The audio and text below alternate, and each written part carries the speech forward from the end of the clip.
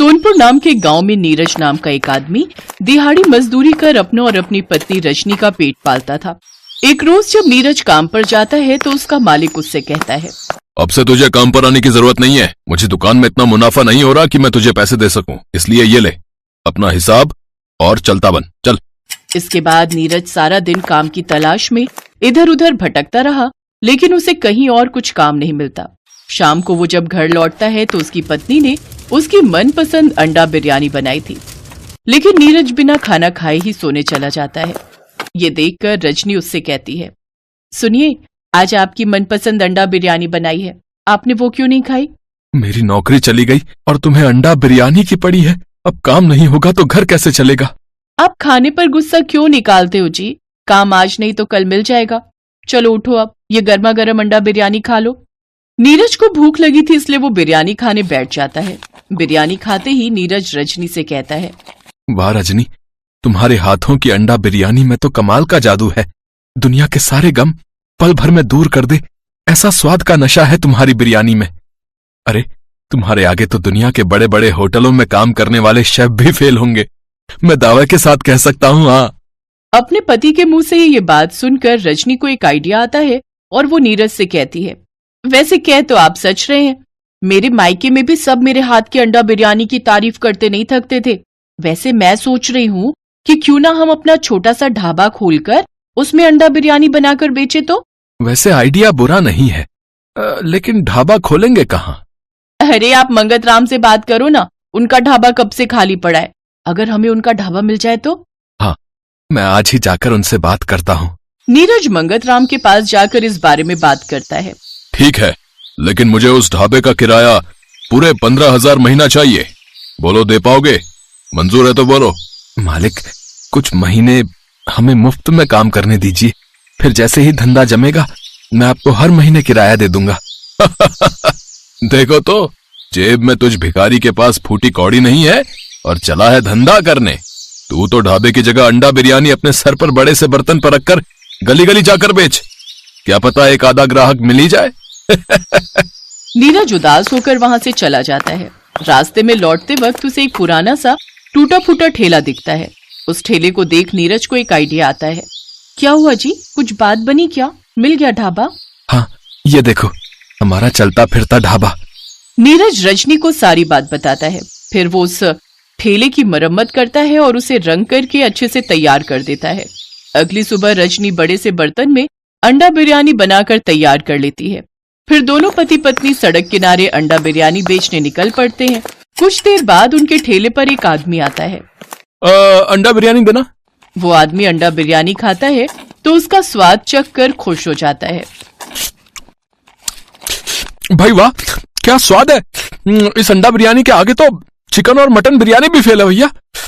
मेरे लिए एक काम करो, 3 प्लेट पैक कर दो भैया, बच्चे तो खुश हो जाएंगे ऐसे खा कर। उस आदमी की बात सुनकर आसपास के लोगों की भीड़ लग जाती है और वो सब भी उस अंडा बिरयानी को खाने लगते हैं और सभी उसके स्वाद में खो जाते हैं। कुछ समय बाद उन्होंने मंगत राम के ढाबे के सामने वाली जमीन खरीद ली और उस पर एक बड़ा सा ढाबा बनाकर उसमें अंडा बिरयानी बेचने लगे।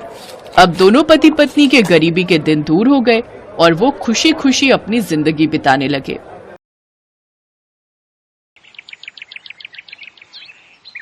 गोकुलपुर में सेठ धनपत अपनी 2 बेटियों के साथ रहता था। उसकी बड़ी बेटी काम्या और छोटी बेटी संजना थी।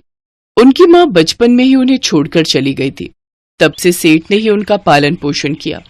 दोनों बेटियां खूबसूरत और गुणी थी। सच में धनपत, तेरी दोनों बेटियां बड़ी गुणी हैं, साथ में सुंदर भी।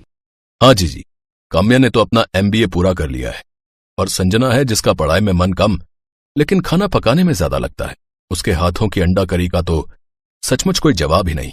हाँ वो तो है, लेकिन बिन माँ की बच्चियां हैं, जवान भी हो गई हैं, तो बुआ होने के नाते तो मैं यही कहूंगी कि दोनों के हाथ पीले कर दे। मेरे पास काम्या के लिए एक रिश्ता है। विराज नाम है लड़के का। मुंबई में बहुत बड़ा कारोबार है उसका। लंबा चौड़ा गठीले शरीर वाला इकलौता बेटा है अपने माँ बाप का। अपनी काम्या के साथ कमाल की जोड़ी जचेगी उसकी, और एजुकेटेड फैमिली है तो काम्या को आगे काम करने से भी नहीं रोकेंगे। ठीक है जी, आप फोटो मंगवा लो, हम आगे बात बढ़ाते हैं। लड़का दिखने में सुंदर और अमीर घराने से था, इसलिए काम्या को भी वो पसंद आ गया और सबकी रजामंदी से दोनों की शादी हो गई। फिर एक रोज, कैसी हो दीदी? जब से ब्याह कर गई हो फोन तक करने की फुर्सत नहीं मिली। क्या बताऊं संजना, इनके आधे से ज्यादा रिलेटिव्स तो अब्रॉड में रहते हैं, तो जब से शादी हुई है तब से अलग अलग देश घूम रही हूँ। इस हफ्ते लंदन, अगले हफ्ते कनाडा, और तेरे जीजा जी ने लंदन में भी एक नई कंपनी खोली है। वाह दीदी, फिर तो ऐश है आपकी। लेकिन इन सब में हमें मत भूलना, वक्त मिलते ही मुझसे और पापा से मिलने जरूर आना। काम्या अपनी नई जिंदगी में बहुत खुश थी और संजना और सेठ धनपत उसकी खुशी में। लेकिन कहते हैं ना, वक्त हमेशा एक सा नहीं रहता। धीरे धीरे सेठ को काम में काफी लॉस होने लगा, जिससे वो काफी परेशान रहने लगा। पापा, आप इतनी टेंशन क्यों ले रहे हो? आपका बीपी और बढ़ जाएगा। काम का क्या है, आज नहीं तो कल चल जाएगा। बेटा, मैं अपने कारोबार को बचा नहीं पा रहा हूँ। अगर ऐसे ही चलता रहा तो मैं कैसे करूंगा सब कुछ? जो भी पैसा रखा था वो सब डूब गया। ऐसे में मैं तुम्हारी शादी कैसे करूंगा? पापा, आप ऐसे हिम्मत मत हारिए और मेरी चिंता तो आप बिल्कुल भी मत कीजिए। आप दीदी और जीजा जी से बात कीजिए ना, शायद वो आपकी मदद कर दे। नहीं मेरी बच्ची, अब कुछ भी पहले जैसा नहीं रहा। न ही मेरा कारोबार और न ही तेरी बहन काम्या। संजना को अपने पिता का इशारा समझते देर नहीं लगी, क्योंकि कह तो उसके पापा ठीक ही रहे थे। काम्या अब पूरी तरह से बदल चुकी थी। न तो वो अब अपने मायके आती और न ही उन दोनों से ज्यादा बात करती। एक रोज धनपत की तबीयत कुछ ठीक नहीं थी। ये देख संजना ने काम्या को फोन किया। दीदी कैसे हो? ठीक हूँ, लेकिन लगता है तेरा दिमाग खराब है, जो 10 बार फोन काटने पर भी तू लगातार फोन किए जा रही है। दीदी, मैंने तो बस ये बताने के लिए फोन किया था कि पापा की तबीयत ठीक नहीं है। उन्हें अटैक आया और वो अभी आईसीयू में है। उनका काम भी ठीक से नहीं चल रहा, इसलिए परेशान है। मुझे बहुत डर लग रहा है दीदी, आप जल्दी से यहाँ आ जाइए। व्हाट? लेकिन ये कैसे हुआ? एनीवेज, मैं अभी इंपॉर्टेंट मीटिंग में पेरिस में हूँ, तो अभी तो आना पॉसिबल नहीं है। देख, तू पापा का ध्यान रख और जैसे तैसे मैनेज कर लेना। चल, मैं फोन रखती हूँ। लेकिन दीदी, मुझे कुछ पैसे काम्या ने पूरी बात सुने बिना ही फोन रख दिया। संजना ने फिर फोन किया, लेकिन उसने नहीं उठाया। संजना ने घर गिरवी रखकर अपने पापा का इलाज करवाया। धनपत कुछ दिनों के बाद अस्पताल से घर लौट आए। न जाने मैं कितने दिन और हूं बेटी। जाने के बाद तू अकेली हो जाएगी, इसलिए मैं चाहता हूं कि तू अब घर बसा ले। बेटी, मैं मरने से पहले तेरे हाथ पीले होते देखना चाहता हूं। पापा, आपको कुछ नहीं होगा, और आप यही चाहते हैं तो ठीक है। आपकी खुशी के लिए मैं तैयार हूं। बेटी, मेरे दोस्त बलबीर का बेटा है अनिकेत। वो काम्या के पति की तरह अमीर तो नहीं है, लेकिन बड़ा ही अच्छे स्वभाव का है। मैं चाहता हूं तुम उसे अपना जीवन साथी स्वीकार कर लो। ठीक है पापा, आप जैसा चाहते हैं वैसा ही होगा। अब आप आराम से सो जाइए। आज मैं बहुत खुश हूं बेटी, अब मुझे सचमुच चैन की नींद आएगी। और इसके बाद धनपत बड़े दिनों बाद चैन की नींद सो गया, लेकिन वो ऐसी नींद सोया कि कभी जागा ही नहीं। सोते हुए ही अटैक आने से उनकी मौत हो गई। संजना ने काम्या को फोन पर सब कुछ बताया। ओह, बड़ा दुख हुआ सुनकर। और क्या, वो बलबीर अंकल का बेटा? अरे वो तो खुद पापा के टुकड़ों पर पल रहे थे। नहीं नहीं, तुझे उस गरीब से शादी करने की कोई जरूरत नहीं है। पापा का क्या है, वो तो सठिया गए थे, इसलिए जल्दबाजी में कुछ भी बोल गए होंगे। तो कुछ दिन रुक, मैं आती हूँ, फिर कोई अच्छा लड़का देखती हूँ तेरे लिए।